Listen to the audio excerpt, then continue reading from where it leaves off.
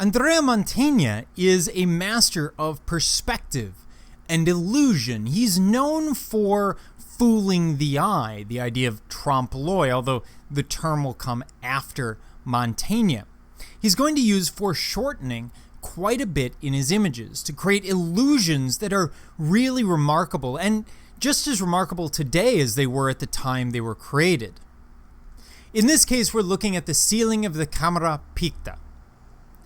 And the piece that we're looking at is going to be the first time that we see the perspective of a ceiling from below. This.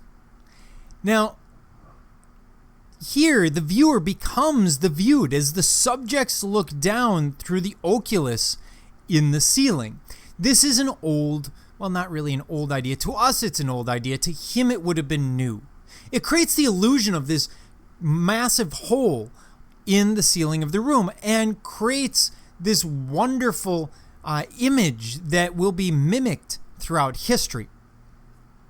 What we see are several putti who look down, strongly foreshortened, and they're supposed to set an amorous mood for the room of the newlyweds. You heard that right. The idea is this is basically a bedroom, and you're going to look up while partaking in your amorous activities and see naked babies. Nothing has ever put anyone in the mood more than naked babies. It's disturbing. But it gets more interesting. The peacock that you see in the lower left is actually a symbol of Hera.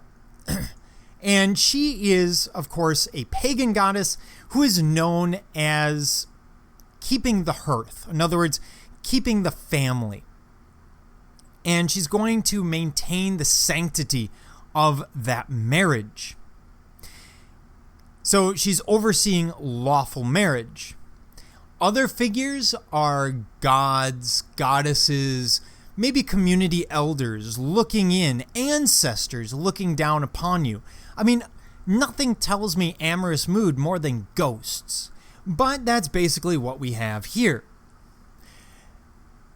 The whole thing is rather interesting. If we get away from the slightly creepy elements of people looking down while you're doing your thing, you will notice that the perspective is phenomenal. Look at this railing, this stone railing. We can tell the stone, we can tell what's going on. We see things going through it like heads. We have this plant above us. Doesn't need to be there. Doesn't make any sense. No one puts a plant in a place like this, but it's there to increase that idea of perspective, to increase the illusion of what's happening, of what's taking place. And actually the area below it, this area here, this outer ring, kind of transitions you from the ceiling into this open oculus. The clouds, again, give us the idea of open space. This is really the climax of almost a century of experimentation with perspective. You really don't get perspective much more accurate than what you're seeing here on the ceiling of the Camera Picta.